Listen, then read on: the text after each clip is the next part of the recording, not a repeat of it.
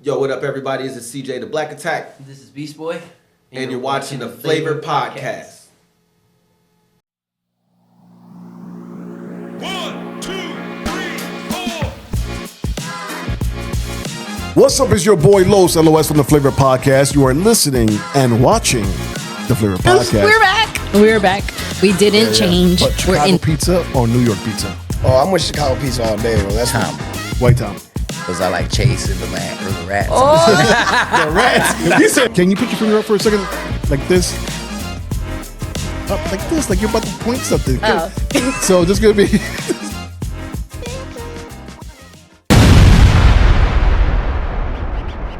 What's up? It's your boy Los LOS from the FLAVA Podcast. You are listening and watching the FLAVA Podcast. What up, people? How you guys doing out there? It is snowing here in Chicago. Yo, we got so much snow coming down these days. It's ridiculous. I woke up to I think it was 3 to 4 feet, inches of snow out here. I don't like shoveling snow. I really don't, because when I have to shovel snow, I got to do my house, my mom's house, my in-laws' house. It's a whole day of shoveling snow. So I had to do some shoveling today and go to church and get to the studio as well. But I'm here. We're doing well. It's just Chicago. We got to deal with Chicago. It is what it is. So my co-host is not here today. She is out. She's actually in Michigan enjoying herself and taking some R&R, relaxing the mind and the body. She's going to be out there for, I believe, it's going to be 2 months. She's taking some time off. So we're going to give her that time off and some grace and wish her well. But she'll be back in about 2 months from now. So in February, she'll be back. So today's hot topic, we're going to go straight to it, of course, is Sean Combs. It is Sean Combs and the Reckoning, a 4-part Netflix documentary series that chronicles the rise and fall of Sean P. Diddy Combs. Now, he has allegations, he has sex trafficking, he has drugs, he has all kinds of stuff going on with him and the Bad Boy Record company. So it's on Netflix. It's a 4-part series, and from what I'm hearing already and from what I'm seeing, is a lot of drama. It's a bunch of drama. They're already saying, the one that caught my eye, and because I watched the first one, was that they're blaming Sean P. Diddy, that he did not pay for Biggie's funeral. But there's somebody that's saying that did say that Diddy did pay for it. They didn't use Big Pun's money. They actually used Diddy's money. So that was a big drama there. But there's more drama to come with that 4-part series. But yo, I got some guests today that's gonna blow your mind. I already love these guys. You've seen one of them at the Podcast Summit, and you're probably gonna see more of them in the 2026 Podcast Summit. But we'll be back right after these messages. This is your boy Los. Yo, what's up? It's your boy Los from the FLAVA Podcast. Did you know that a research study, Rashi, has been shown to have anti-cancer properties, anti-tumor effects? It helps detox the body and regulates the immune system. Whether your immune system needs to be controlled or boosted, Gano can help you there. And natural coffee that changes people's lives. Get your daily dose of 150 antioxidants in 1 cup while enjoying the flavor of this beautiful coffee. Natural coffee never tasted this good. What's up? It's your boy, and we are back at the FLAVA Podcast.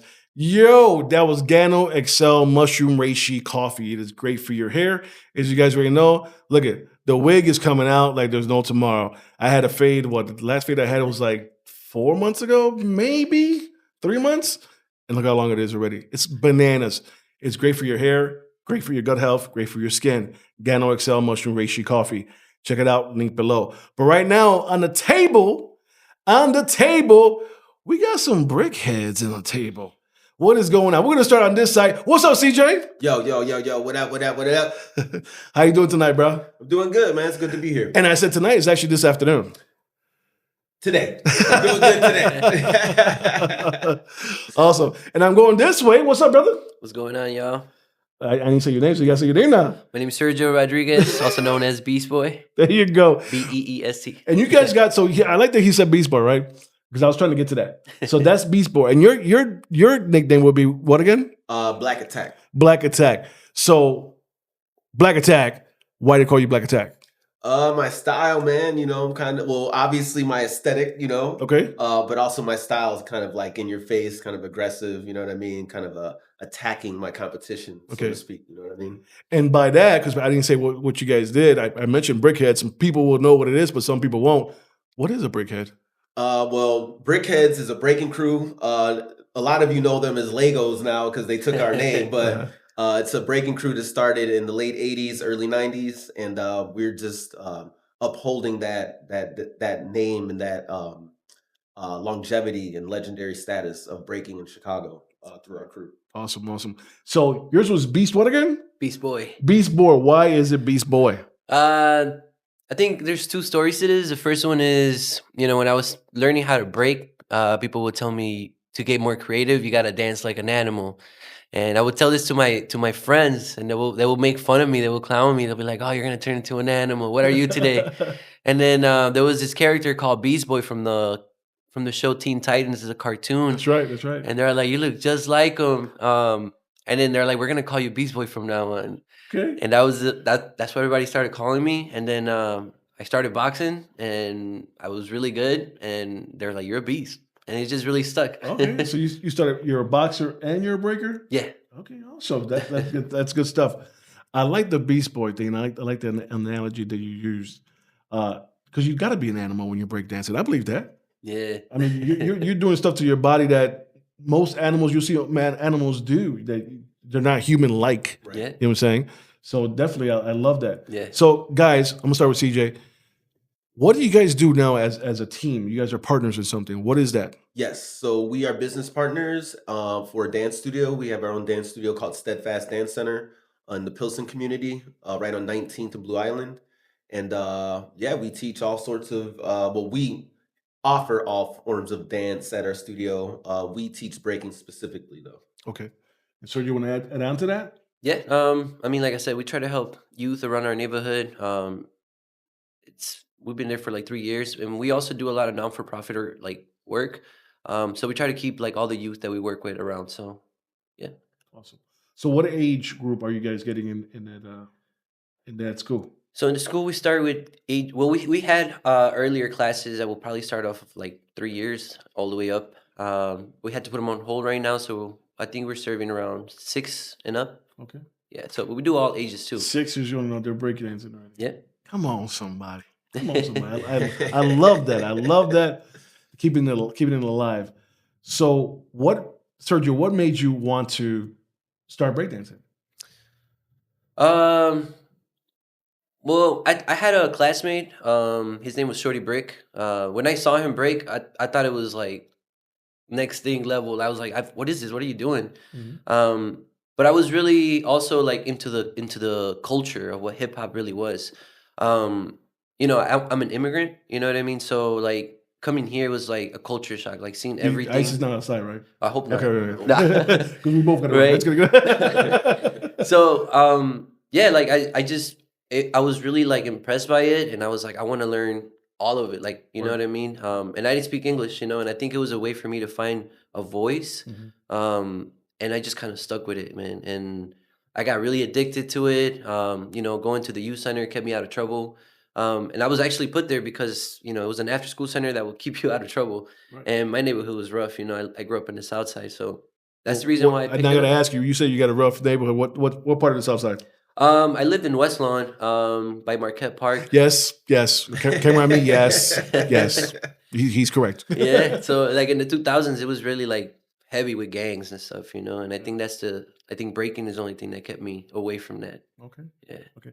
And what got you started in breakdance, CJ? Well, I was born in the 80s. I'm an 83 baby. You could do the math.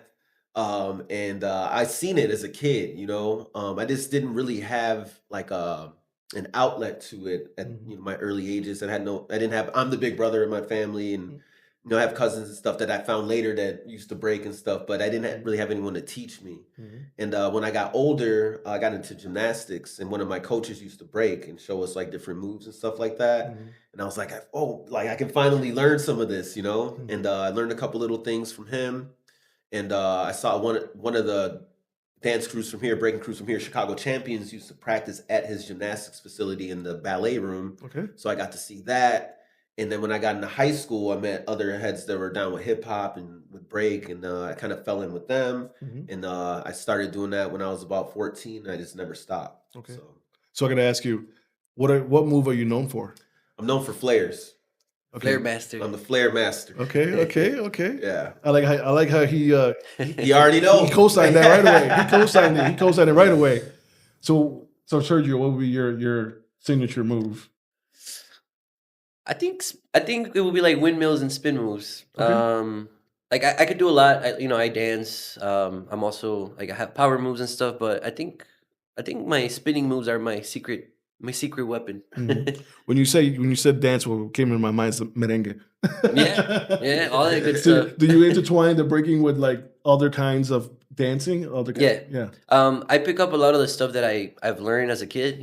Like I did take folkloric as a kid.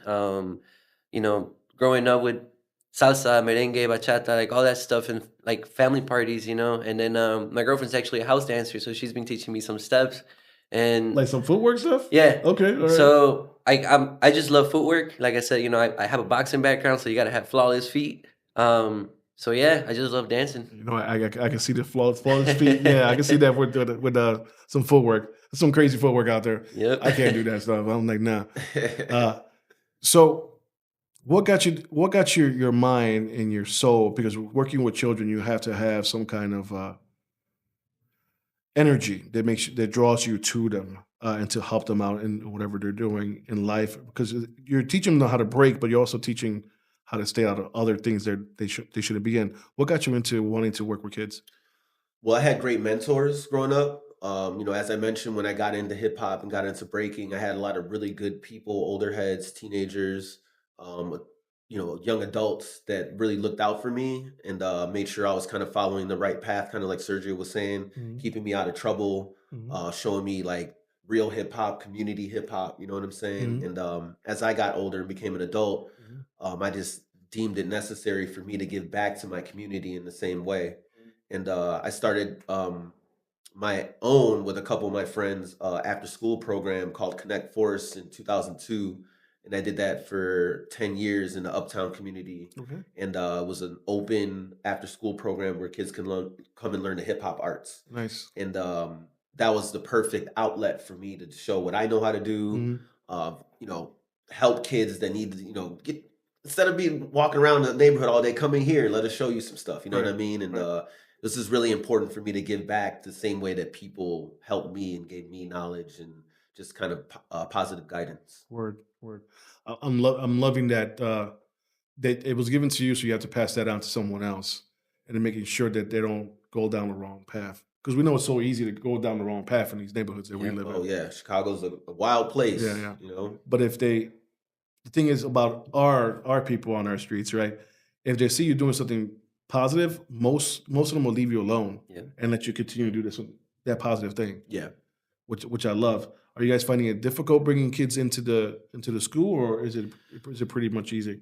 I think we have like this magnet with the kids sometimes that like they just like I said, like they get like it's a magnet, right? Like they get attracted to it, and I feel like we also understand what it's like to have those mentors, you know what I mean? So I feel like we help them and then they feel like they have a place where they belong. So I think that's what makes it easy for us to continue having the kids come by. Yeah. The struggle with it though is all the other things that are available to kids, right? Mhm. So especially in this day and age with a lot of sedentary lifestyles, kids are at the crib on their tablets Yeah. and got their phones and stuff. And so that can be a little bit of a challenge trying to pull kids away from that.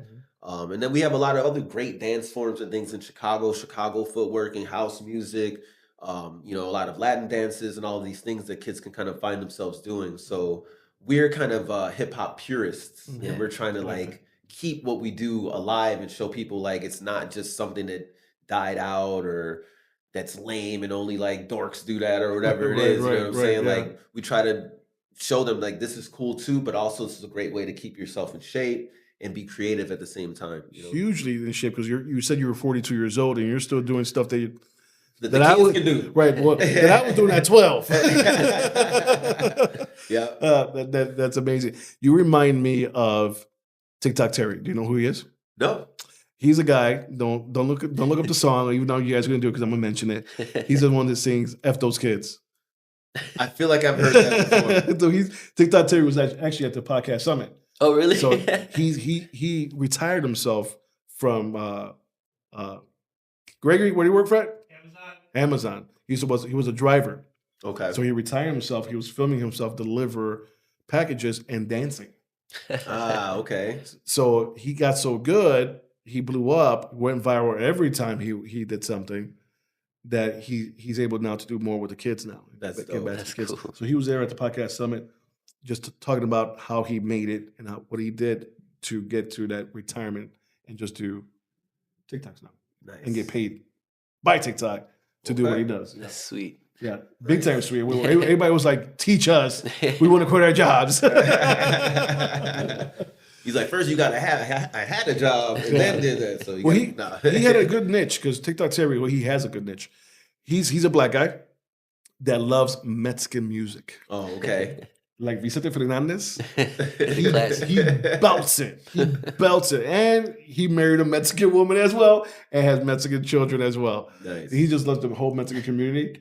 And that's why he grabbed people. And now he gets called to go to like concerts and like sing on stages. Wow. The Mexican music. That's awesome. It's amazing. It's Yeah. amazing. And That's dope. and just Carne like- asadas must be really good. right. Oh, he loves that. And he loves the Bears too, but we already know what's going on tonight. Anyways, I mean, we have a rival going on. Right. Yep. So yeah, I definitely want to introduce you guys to TikTok Terry. He's an amazing guy and he teaches dance. Would love to meet him. Love to meet him. Yeah. So right now we're gonna be back. We're this or that. We're gonna take a commercial break. It's your boy Los, FLAVA Podcast.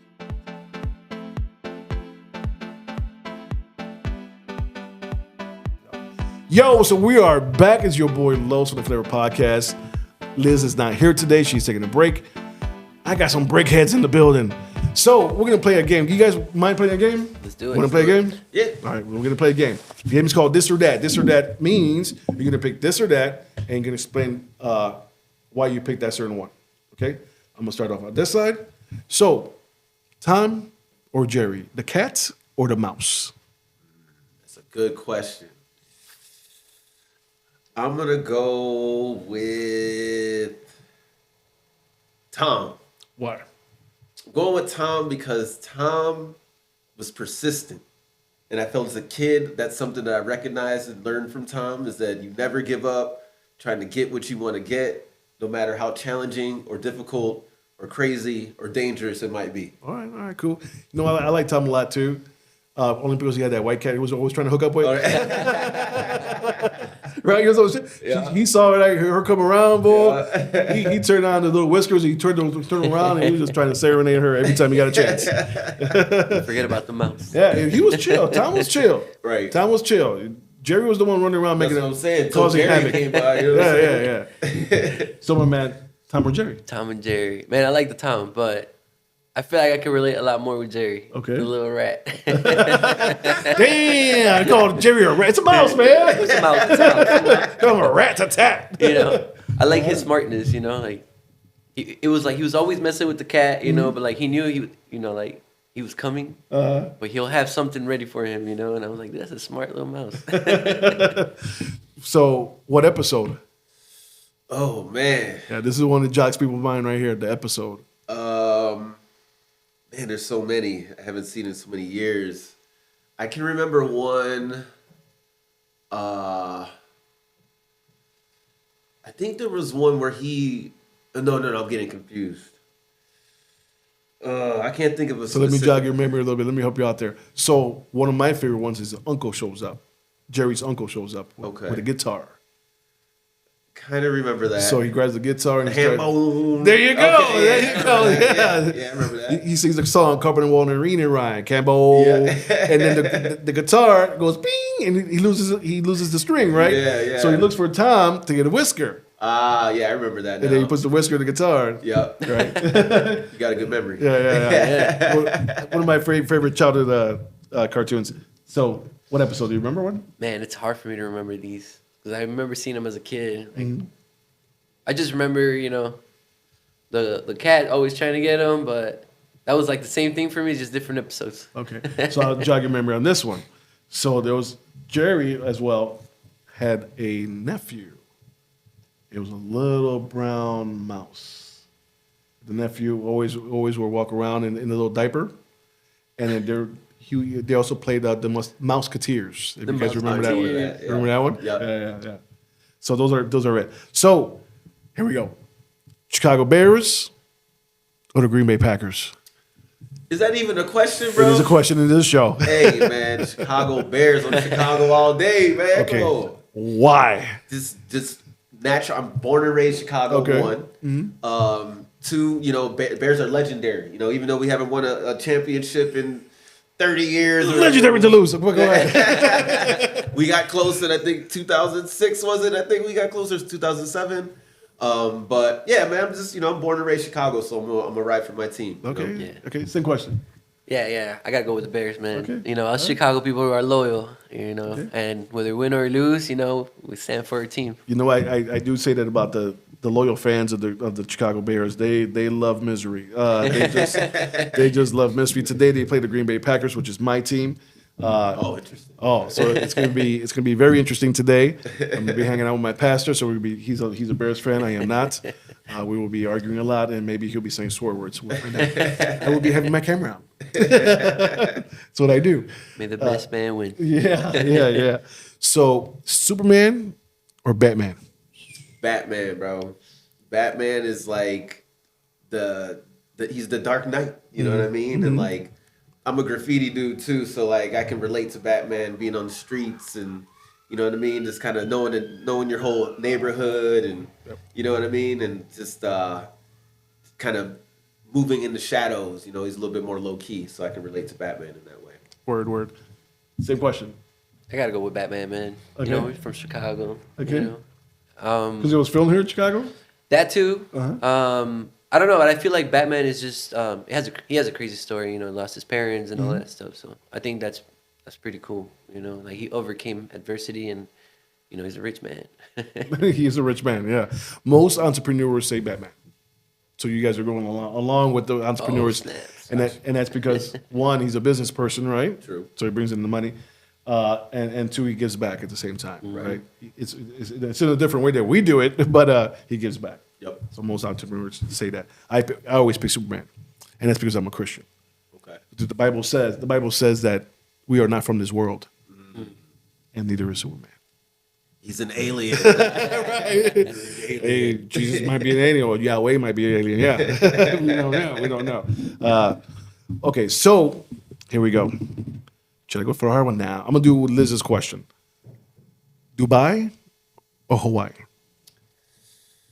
I'm gonna go with Hawaii because I've been there once. Okay. I haven't been to Dubai yet, but Hawaii is it's a magical, beautiful place. I'm sure Dubai is too, but I have more familiarity with Hawaii, so I'm gonna go ahead and go with Hawaii. Okay, cool. Same question. Does it matter if you're there or not? Man, we have a crew member over in Dubai. He teaches basketball. Very, very good basketball player. And I would love to go visit him, but man, I gotta go to Hawaii, man. I like that place looks amazing, So I think Hawaii. Okay. So you work in a Spanish neighborhood, so you might know this question. And I work in a lot of neighborhoods. And I know you love soul food, so there you go. Yes. So it's also a Latino thing. White rice or Puerto Rican rice? Ooh, that's a tough one because I'm Blaxican, I'm Blasian. Man, well, I live in Humboldt Park right now, so I gotta go Puerto Rico. I gotta go with Puerto Rican rice. Man. And I love Puerto Rico. Been there a couple of times, so yeah, I'm gonna go with the Puerto Rican rice. Because your peeps in Humboldt Park, they be watching this show. You better say the right answer. Yeah. Same questions, but I'm gonna change it up a little bit because I wasn't sure about it. I know it was soul food, but this is same soul food, but arroz blanco or arroz con gandules.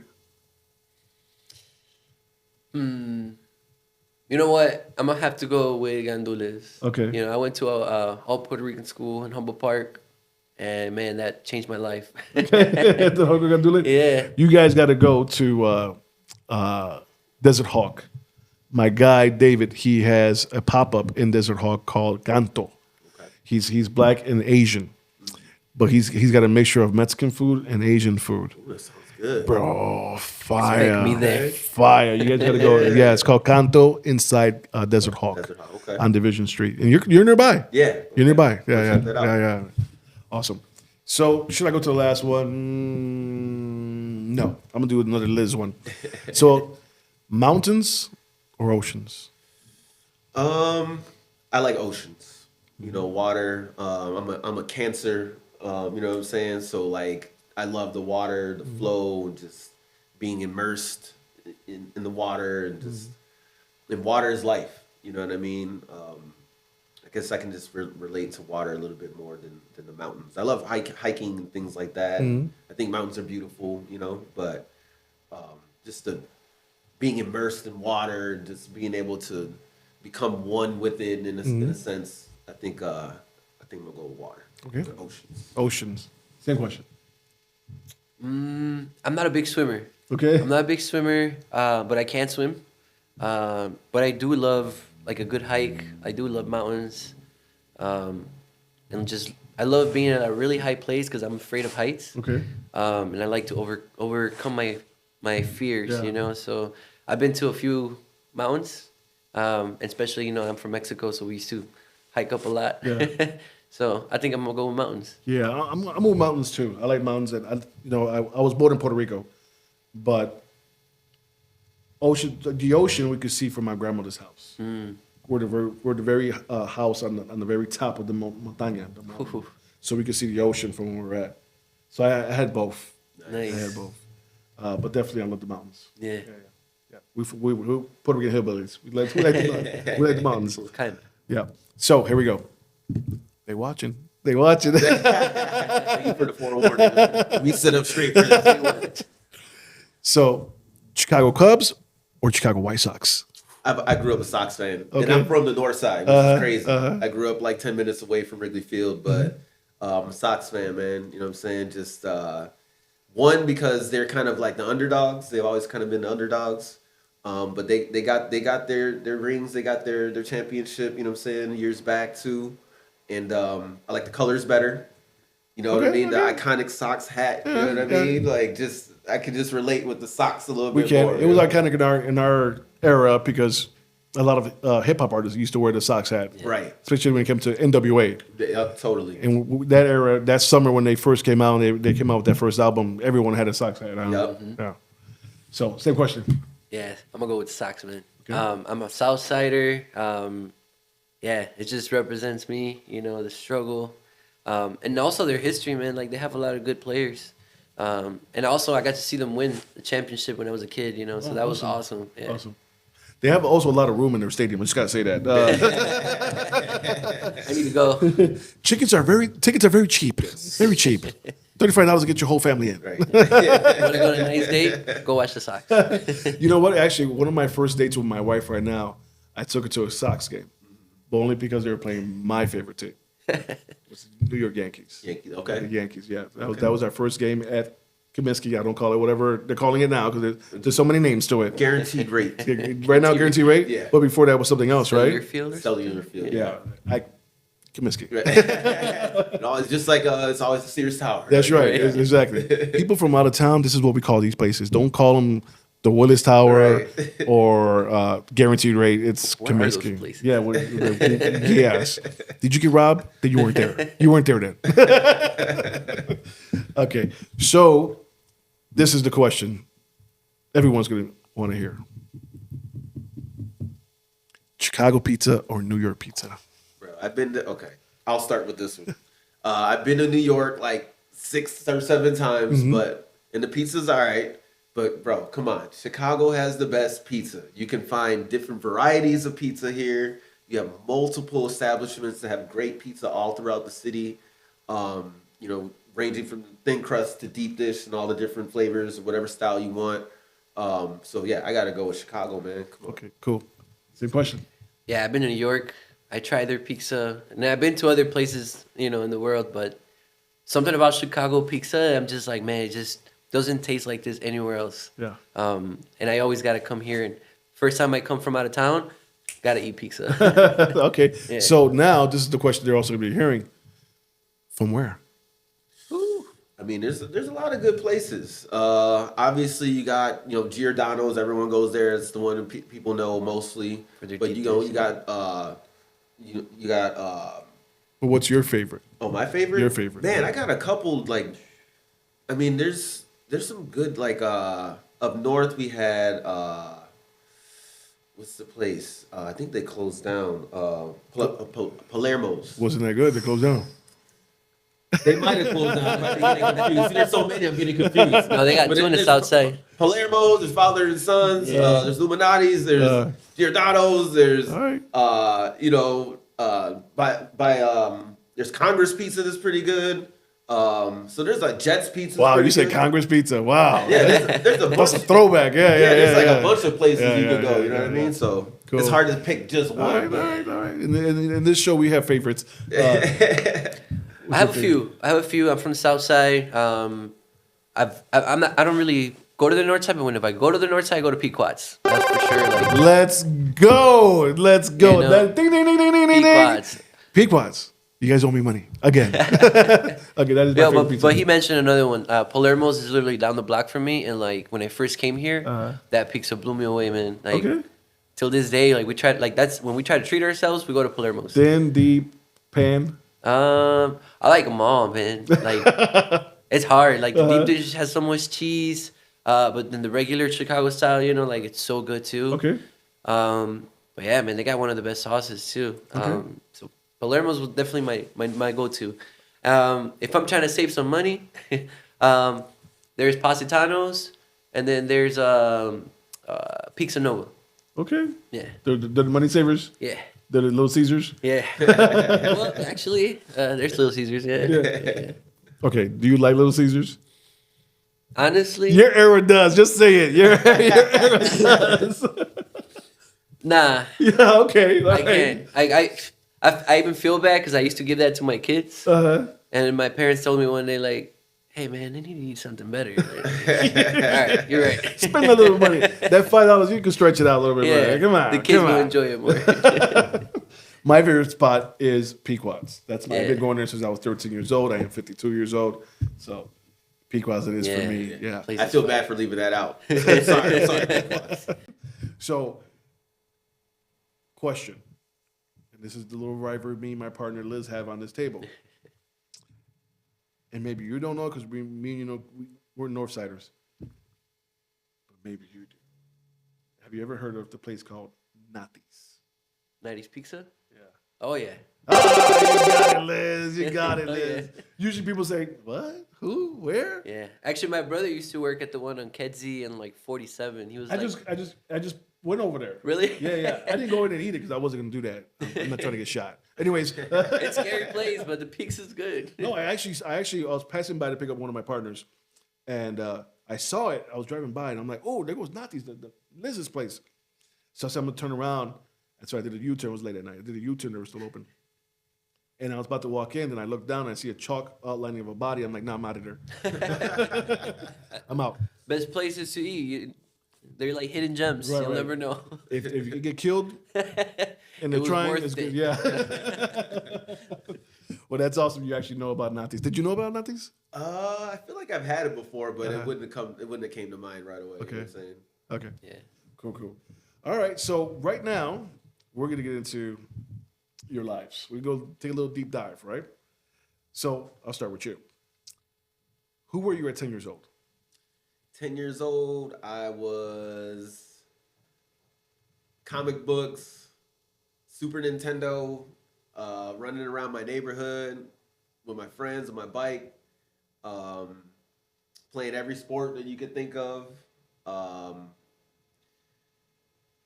doing good in school, but I was outside, you know what I mean? I was always exploring, just trying to do new stuff, meet new people. Even at that age, it was different back then. But I would, my mom didn't know where I was going. You know what I mean? I'd be outside of my neighborhood, in my neighborhood, and yeah, it was kind of exploring, just learning. I was always adventurous. You know what I mean? Awesome. Same question. 10 years old. Man, I had just came here from Mexico. I think I was just trying to find myself, really. Trying to, like, fit in with the American style, you know. I had a different mentality coming over here.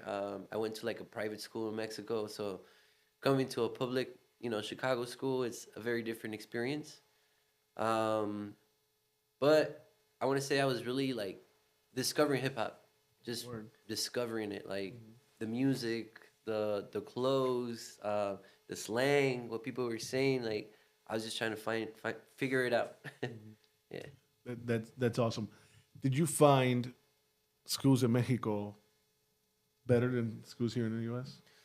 man, that's a great question because I know when I came to the United States, I guess my IQ was like ahead than everybody else's, and I got stuck in a bilingual class, which I felt like it kind of held me back a little bit.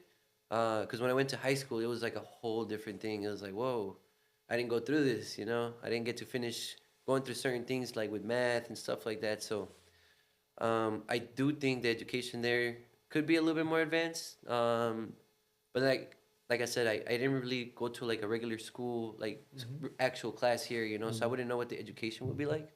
But yeah, it's just, they have different values, different perspectives over there. So Yeah, it's kind of hard to say. We find it to be that most schools, like in Puerto Rico, Mexico, Spanish ones, overseas ones, that they're a little bit better than us. They learn more than us, faster than us. Yeah. So yeah, that's really big. I mean, because I think we need to educate our kids. We need to, if they're doing it overseas, they're doing better than us. We need to match them. Yeah. Yeah, totally. So, 15 years old, who are you? 15. That's when I got into hip hop for real. You know, really learning how to break, learning how to do graph. You know, it's a sophomore in high school. You know what I mean? Learning how to date and all of these different things, and really I found who I was early, luckily, and I feel like it started at that age. Like my interests, the things that I wanted to get good at, the type of person I wanted to be. I feel like I figured that out, like really around like that 15, 16-year-old kind of age range, and really just kind of built upon that as I grew. You know, So did you start tagging around that age? I did. Okay. So can we mention your tag name just in case? Just in case you know, I don't want to say get you in trouble or anything like that. I don't want to say what I write, but I'm part of the X-Men crew, part of the RTA, part of JMC crews here in Chicago. Those are huge. Those are huge crews. Yeah. So I got a lot of dope people that knew what they were doing that helped me learn. You know what I mean? The ropes of like actual real graffiti on the bombing street side, and also on the like mural, more piecing artistic side of things. You know what I mean? So I had a lot of great influences with graph coming up. That's awesome. That's awesome. I would love to see some of your work. Absolutely. Awesome. Great artist. So, what is your best work that you have out there that people could see? I have a couple murals around Chicago. I think one of my best and most notable ones is on the side of the Honey Bear Cafe, which is on the north side in the Rogers Park community. So you can go there and go eat at the Honey Bear Cafe. It's a great restaurant. And I have a gigantic mural that I did there with one of my good friends, Christy. And it's like a graph, also kind of abstract inspired, huge mural that's been there since 2020. Okay. So are you going around the city and doing murals as well? Yeah, I have a couple around the city. I have some that are more abstract, some that are more really graffiti based, like with my name and stuff like that. So it kind of varies depending on where you're at. But all over the city, south side, north side, west side, everywhere. Have you done anything in Humboldt Park? Humboldt Park, yeah, I actually did something a couple months back with a bunch of my crewmates over there near Augusta and Kedzie. Awesome. In that area. Awesome. Do you know John Vergara? John Vergara? No, I don't. So he does a lot of murals in Humboldt Park. I would love to introduce you to him. Oh, okay.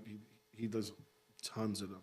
He also, what do you call them when they're old? And he tries to bring them back to life. I forget what it like is. restoration? Yeah. Yeah. He does that as well. Oh, that's I cool. would love for you guys to hook up. Yeah, that'd be great. Like I said earlier, I like connecting people. Yeah. Yeah. I appreciate that. That'll be awesome. Yeah. Definitely. Yeah. Do me a favor. That one you were talking about, the one by Honey Bear, Yeah. can you put your finger up and do like this? And it's going to be right there when they see this. So that's the one. Awesome. Good stuff. 15. Man, 15 years old. I was already into hip hop, and I was becoming a brick. Like I said, I met the crew like around when I was 13 years old, and I was finding myself. I was taking a lot of like advice from everybody. Um, I was trying to skate. I was trying to skate heavy. I would go to alternatives where CJ used to work at. From the south side, I would take trips on the bus with all my little crew. You know, like 10 of us, probably deepest in the train. Did you guys pay your fare? That's all I gotta say. You know, because it was a non-for-profit organization. We would ask for like day passes, so they Okay. would give it to us, and then we would just zoom. That's awesome. That's awesome. So we were following their footsteps. We were trying to graph like on the way up there. We're trying to skate, trying to break everywhere. You know, we're just trying to show off. But I was also, you know, kind of stuck in a world where I was like in between gangs and breaking. So I was like, which path do I want to take? You know, like, do I want to make money, or do I want to just have fun? You know, and like I think the adventures and the people, like, kept me around. You know. I was just hearing what you said. Do you want to make money or do you want to have fun? You chose being a kid. You know, I was going through a tough time. At 15, my dad was diagnosed with cancer. So I was just like trying to figure it out, you know, like trying to cope with it, trying to figure out what to do with myself, you know. So yeah, it was a tough time. 20 years old. 20 years old. I was traveling a lot, breaking. I heavily into breaking. Okay. The battle competition scene. I had took a break from high school to going to college, and yeah, I was brickheads all the way, just traveling around America. The first time I went out of the country, I was 20 years old, and yeah, just super heavy, like focused on just getting as best as I could at breaking, and also had just started working at Alternatives, which was the community center about the program that I mentioned earlier, the hip hop after school program. I was like a year into that because I started doing that when I was 19. So building that up at that time, teaching all kinds of youth from around the city in our space how to break and the hip hop arts, and to kind of just trying to lead by example in that way. Being basically a teenager myself, but a kid, you could say, but trying to be a positive person for them in that community and just really all around the city, and just show that this is something that you could do if you really want to do this. I'm doing it. I'm spending my money. I'm getting flown out to break and live the lifestyle that I want, in terms of like becoming like a professional breaker. You know what I mean? And so it's not looked at as something that's like low or, you know, not important or not professional. Like I was someone to help build that professionalism in our scene in that way. Awesome. I love that breaking has gotten you into places that most kids from the hood wouldn't go. Yeah. And it got you into places that you're bringing back those skills and teaching the community. Yeah. That's awesome. Absolutely. And it took me out of the country. It's the first time I went abroad somewhere for getting flown out because of my talents, you know, like. Yeah. My mom was tripping, like, you're going to Europe to Berlin, you don't gotta pay, like, you know. Right. You sure you don't gotta pay? Yeah. So just shout out to Chicago Tribe, because they were the crew here that helped me get out there and believed in me and was like, yo, we want you to represent Chicago in Europe, you know what I mean? And like, so I really appreciate them for that and That's amazing. exposing me, you know.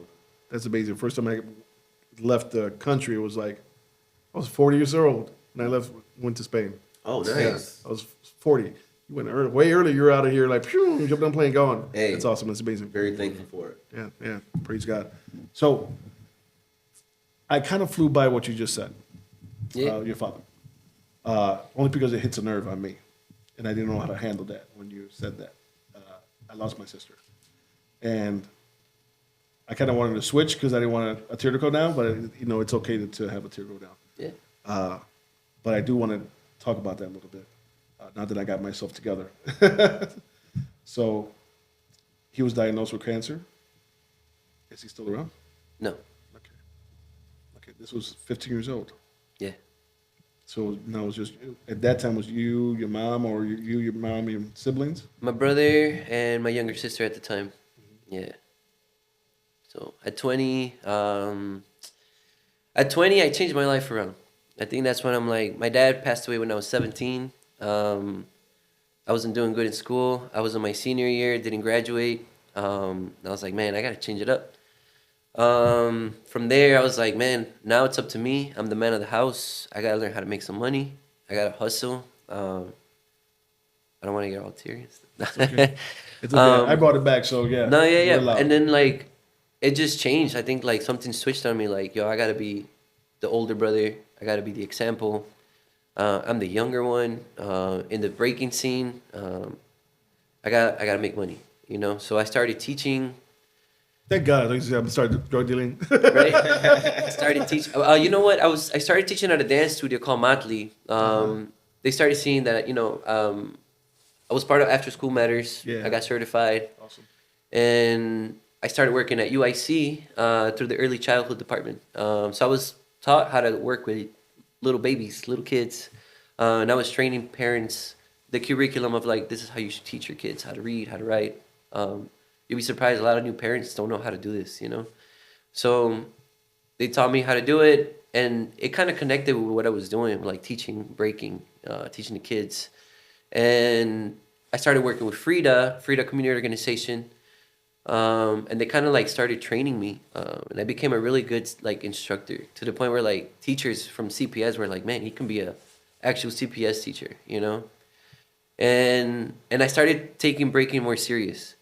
I was boxing, so I took that discipline into my breaking, and I was like, yeah, I'm just gonna grind it, keep grinding, and yeah, that was it. Like, that switched my style up, my life up. Seeing these guys travel, you know what I mean, like, kind of inspired me as well to like, yo, you could do it too. You know, you're with the right people, and if you're able to hang with these people right here, you can make it happen anywhere. You know what I mean? That's dope. That's mad dope. So you said you're a boxer. You mentioned a couple times. What boxing gym? I started at Windy City Boxing Gym. It was in a little village. It was one of the most famous boxing gyms there is. I started with Sam Colonna. It shut down, and then I went with the other trainer. His name was Armando Baeza. And I just trained with him. He trained me for the Golden Gloves. He got me ready. 17, like I said, my dad had just passed, so I was just giving him my all, you know what I mean? And yeah, man, like, boxing changed my life. Like, it taught me discipline. And while I was in school in Humboldt Park, they had a boxing club in there too. So I was constantly boxing. I was like, in the morning, training, going to school, boxing, taking the boxing clubs. And I told my coach, I was like, hey, can I stay in this class for the rest of the year? Because I'm doing the Golden Gloves. I want to get ready. I will help you. Yeah. And he was like, let's do it. I was so disciplined that my grades got better. I graduated with honors. They took me to New York because they celebrate the flag over there in December. So they took me for all the festivities as part of like the student that was like excelling. So yeah, like boxing and breaking just kind of helped me, you know, and like hip hop just kind of like helped me find that outlet that I really needed. You know what I mean? I'm loving that. And for the people watching, that is immigrants. Doing great things in this country. That's what we're talking about, right there. That's amazing. You came here and you had a goal. You didn't know what to do at first because things happened with your father, and that boosted you to do really positive things in the community and with yourself. Yeah. Because now your family's watching you, right? And your cousins are watching you, and they're saying, if he could do it, I could do it. And then being around guys like this guy right here, just inspires you more, right? Yeah. I'm inspired. I might do a head spin. No, I will not do a head spin. I'll do a head crack. But that's amazing. So I don't know how old you are. I forgot, but I know how old you are. So 30 years old. 30 years old. So I mentioned that I took a gap year between high school to go to college. I went to college, but then dropped out. Okay.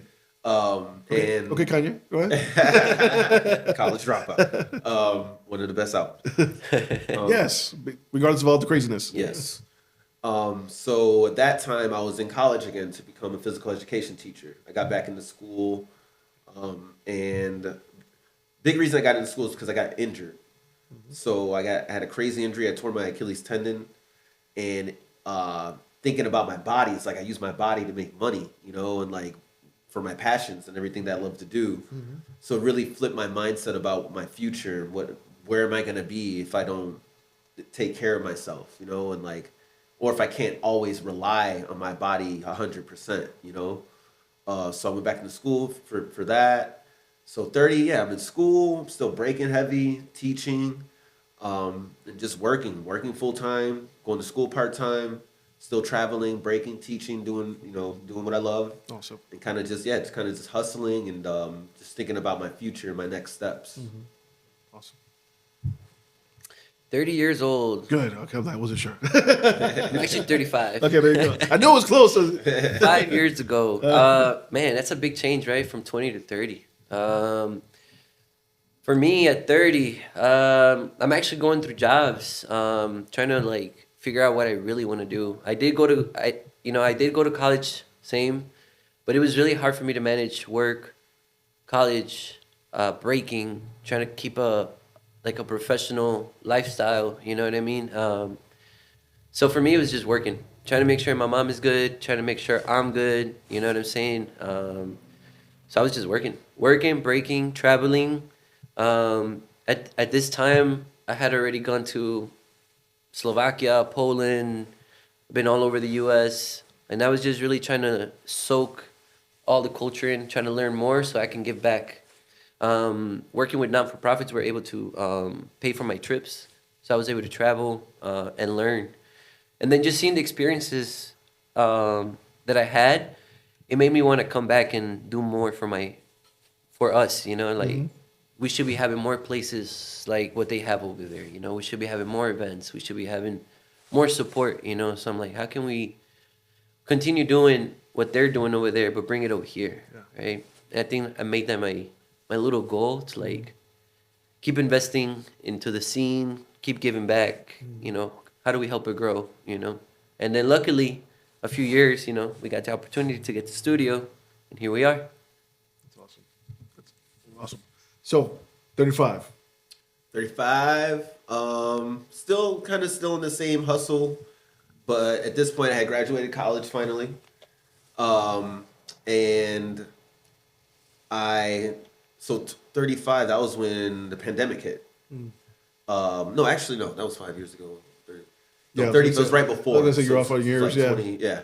So, yeah, I'm still kind of, I was nearing ending school, I should say.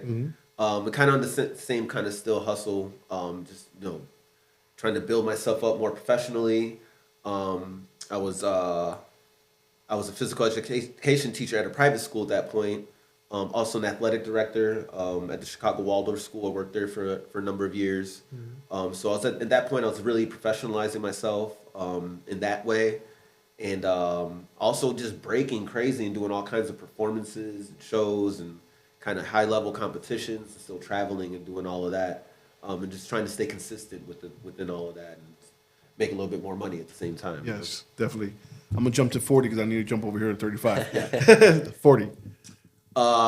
40. That is like 2 years ago. So yeah. So now I'm, done with school and everything. And so 40 is when we actually became business partners and got our studio. And it kind of flipped my life a little bit too, thinking about, again, where am I going to be in the next 5-10 years, and really going head first into our business, because now I'm a business owner.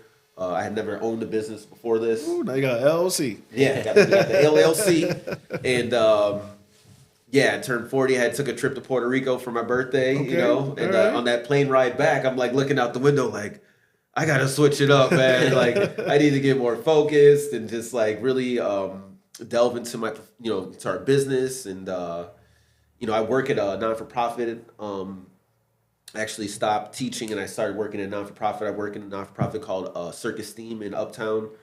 They combine the circus arts with youth development. And I'm a program manager there. I started off as a coordinator, now I'm a manager. And so I've been doing that for about 5 years now, and it's great to have the balance between having my own business, for-profit business, but also working still in non-for-profit realm and giving back in that way and helping kids all around Chicago. Doing after-school programming mainly is what I coordinate, and yeah, man, just again, still just trying to professionalize myself constantly, focusing on the business. And still trying to hang in the breaking realm. A couple years ago, or last year, I entered this battle called Freestyle Session that happens in LA every year, and I entered the 40 and over competition, and I made it to the semifinals. So I did that first when I turned 40, and I made it to like top 16. And I went back last year and I made it to the semifinals, which is the top 4 out of like 60 or 70 competitors. So I'm still trying to prove to myself that I can hang with like some of the best people in the world in breaking. And Chicago gets overlooked a lot, and I just have always prided myself at putting my city on my shoulders and showing people that we can do this too on a high level and consistently, and and just show people that we're here too. That's awesome. Yeah, I'm loving that. When you went to Puerto Rico, did you find any breakers over there or no? I just relaxing and just. I went to go relax, take it in the sun and just. Yeah, I went to go relax, but I know there's b-boys out there. I just went to go chill, and eat, chill out. You know what I mean? Chill with my friends and stuff. So. And you're single too, right? No. Not, you're not single. No, not now. Okay. So at that time, were you single? I was, and right after that, putting him on the spot. That girlfriend watching this right now. That was part of the looking, staring out the window. What should I do? And like 3 months later, after that, I got with my girlfriend that I'm with now, and got into a relationship, and we live together, and it's been great. You know what I mean? To help me focus. You know what I mean, and just kind of streamline my life. Nothing like a good woman on your side. Man. Absolutely. Not behind you, not in front of you, but on your side. And even prior to that, I always had like really great women in my life, and like it's hard to like make a decision between who you want to be with, but I just followed my heart, and I feel like it really helped me to like focus and just really really put my energy into the things that I should be putting it into, not spreading myself too thin. You know what I mean? And just like, I have my business, I got work, I got a lady. You know what I mean? So it's been really good. So you've been with her for how long? About 3 years now. So about the question? That's my question. Putting him on the spot, girl. That's for the next interview. We'll talk about that next time. This is what happens at FLAVA Podcast. We'll be back. We're going to go to the jeweler right now.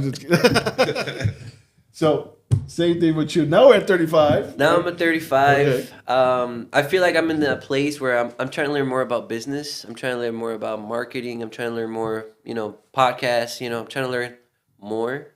I feel like I'm starting to see a bigger picture now that we have a business. Yeah. And also, I've been around non-for-profit all my life. I feel like I'm a big part of this now, and I need to give back.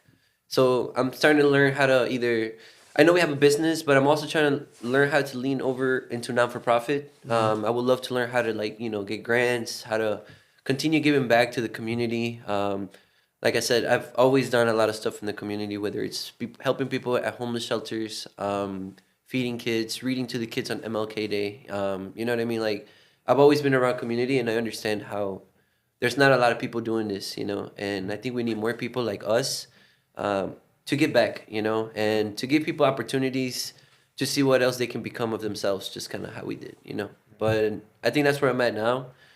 How can we do more? How can we get these grants to give more people opportunities? Well, at the 2026 Chicago Podcast Summit, we're going to be having people teaching about grants. So I'm hoping you guys will show up for that one. I would love to be there. Sounds great, yeah. Because we do want to teach that.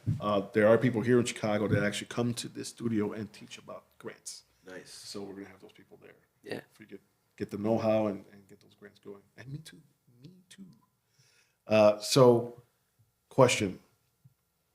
Favorite hip-hop movie? Hip-hop movie? I mean, it's the classics, typical, you got your Star Wars, you got your Beat Streets. So yeah, definitely those, because those really helped everyone learn hip hop and how to do it. But But there's other movies too that are a little bit more commercial, like Kid and Play and stuff like that.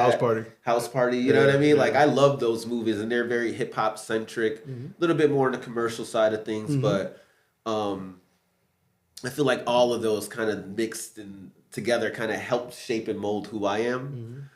So again, it's hard for me to pick like a favorite. Like this is the one that I love the most. You know what I mean? But yeah, kind of like all of those classic movies. Cool. Same thing with you. He's thinking too. Man, that's tough, dude. I'm a big nerd.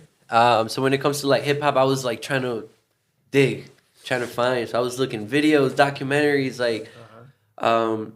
But I think the one that kind of stuck with me the most was The Freshest Kids, which is like a documentary on breaking where I it feel started. like I don't know hip hop right now because I don't know that. Yo, this is like the what do you call it? Like the encyclopedia for breaking. Like if you see that documentary, it kind of breaks down like where it started. The Freshest Kids. Yeah, The Freshest Kids. Yeah, man. I fell in love with that movie because it was teaching you like everything, like where it started, the culture, like, and it was like, oh, I get it now, you know. But another movie that I would say that's hip hop, probably not so commercial. I don't know. I want to go with How High. I'm a big Wu-Tang fan. Okay, so all right. that movie changed my So perspective. Method and Redman, okay. Like seeing those two guys in college, you know what I'm saying, and killing it. Okay. I was like, oh, we could do it too. Killing that weed, that's what It's possible. they brought their friend back to life in that weed. My of course, one of my favorite ones is Beat Street. It is. I lived it. I lived that life. You know, that's how Beat Street was. Chicago back in the day, where we had abandoned buildings in Homo Park. Right. We had empty lots in Homo Park. Yep. You know, we had people living in abandoned buildings. You know what I'm saying? Yeah. We had electricity going from one floor to the other floor because somebody couldn't afford electricity, so we had to borrow their electricity. Yeah. The Beat Street is what I lived. Yeah. But what took me out of that frame thought of being poor, because we were poor, was Electric Boogaloo Oh yeah, that's a good one. with too. Ozone For sure. and Turbo. Yep. Yeah. For sure. That took me out of my life is rough right now and whatnot, but man, look what dancing is doing in another state, another state, which I think we're in LA or something like that. Yeah. And Turbo and Ozone just, I was like, Yep. commercial, but I was like, I'm liking this. Yep. I'm liking this. Those are the breaking movies, I believe. Yeah. Breaking So there's 1 and 2. Breaker 1 and 2. I think 2 was Electric Boogaloo. Oh right. Yep. Yeah. Breaking 2, Electric Boogaloo. Yeah. Awesome stuff. So, guys, we're coming near to the end of the show. Where do you see, this is a question for both of you guys, where do you see your business in the next 5 years? Well, hopefully we can expand, get a bigger space. We don't have the biggest space right now, but it's great for classes, workshops and all of that. But we love throwing events and like having huge amounts of people there to partake in whatever it is that we're doing, So we want to eventually get a bigger space. We would love to stay in the Pilsen community. We love Pilsen. But I think one of our main goals is to find a bigger, space just to have more people, have more classes, maybe have an additional room to do multiple classes at the same time, and to just kind of expand a little bit. Okay, awesome. Yeah. I think that's the biggest goal, right? Like I said, I keep mentioning the University of Hip Hop because I think that was a great place to kind of like take as an example, because they will teach everything. Same thing at Alternatives. They will teach rap. They will teach DJ. They will teach graffiti. They will teach breaking. So having a place like that here will be awesome for us because we know that we're connected with like not just the breaking scene, we're also connected with all the elements. So I think it'll be cool to have a place that's home for that. And like he said, like continue creating events and platforms for the kids to kind of shine. I love that you brought up elements. Yeah. So for the people that don't know, and there's some people that don't know. Let's just be honest. There's some people that don't know. Give me 2 elements, and you give me the other 2, because there's 4. Breaking and graph. And? Breaking graph, and then there's DJ and breaking. And MC. MC, I'm sorry. You said breaking first. DJing and MCing. So those are the 4 elements when it comes to hip hop. And I throw one in for myself, love, because it came from love, people that lived in poverty had to make up something for themselves, something they could say, okay, we did this, and they did that back then. Now, do you guys remember where did hip hop start or breaking start? New York. No, where? We know it's New York. In the Bronx. Oh yeah, In the yeah. South Boogie Side Down Bronx. Who claims it? Who claims it in New York? I mean, there's a couple of different people that kind of. It's a battle right now Well, online. I know Who that claims everybody it? calls the Godfather DJ Kool Herc. Yeah. You know, and I'm gonna stick with that. You know, I mean, he's a person that brought the speakers, created the block parties and stuff. But it's kind of hard to say, you know, because like, you know, there's also Cornbread. Yeah. You know, who started doing graph. Philly, yeah. But yeah, they say New York City Breakers, you got your Rocksteady crew, Yeah. you know what I mean? But I'm sure there's countless other people that helped contributed to like the culmination of where we're at today, you know? So I'm just saying that because people are watching right now that they're in this life of hip hop.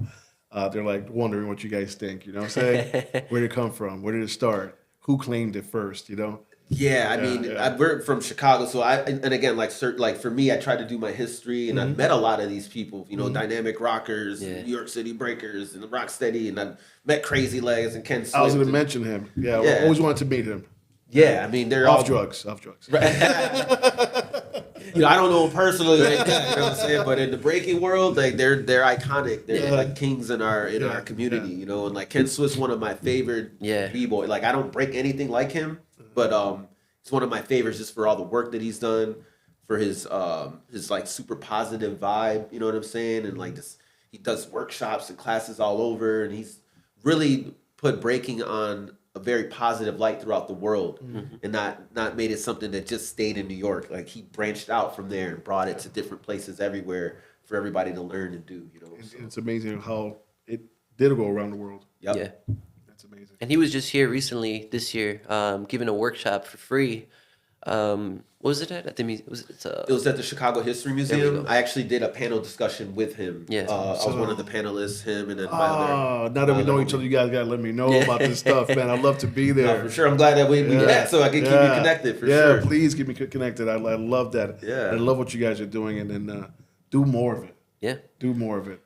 Sending yourself around people that are doing great things in Chicago, and they will help. Yes. Believe me, they're helping me out big time, hugely. They will help you guys out too because you guys are doing something positive, and that's what they want for our communities. So keep networking, man. Get in those rooms. Yeah. Yeah. Get in those rooms. If there's an invite, I know sometimes the schedule's tight. Try to make it Try to make it happen. because they give you that invite for a reason. Yeah. You know, and if you're in that room, you might know why. Yeah. I feel like we're all here for a reason, and we connect for a reason too. You know. Oh, yeah. So. 100 on that one. So I want to tell you both guys. Let me. I'm old. That both of you guys got flavor. Oh, Hey. thank you. So that is my personal adobo. Awesome. Nice. I make that myself. Oh, okay. I appreciate that, man. Yeah. Thank Check you. it out. So- Check it out. So I put it on, and it's low sodium since I got high blood pressure. Nice. Gotcha. It's low on sodium, so you can just sprinkle it on your food. Well, we cooking this Thank you, weekend. bro. Appreciate that. Awesome. Appreciate it. So any last words you want to tell the people that are viewing right now, the viewers? Anything positive you want to put out there? Sure. One element that we forgot that is a big component of hip hop is the knowledge part of it. You know, so each one teach one. You know, we're big proponents of that, and just making sure we're spreading the knowledge in the right way, and just keeping what we do alive in our community. And like you said, you know what I mean. Let's all connect and see how we can help each other because you know it takes a village. Yeah. And there's power in numbers. So. Yeah. That reminded me of KRS One. Yep. Big sir. time, big time. Teacher. May 3rd, 2026, we'll be at a high school. I'm trying to remember the name right now. But we are doing Jewels of the Community Part 3, which is competition that I kind of started along with La Luz de Julber, which is a non-for-profit organization.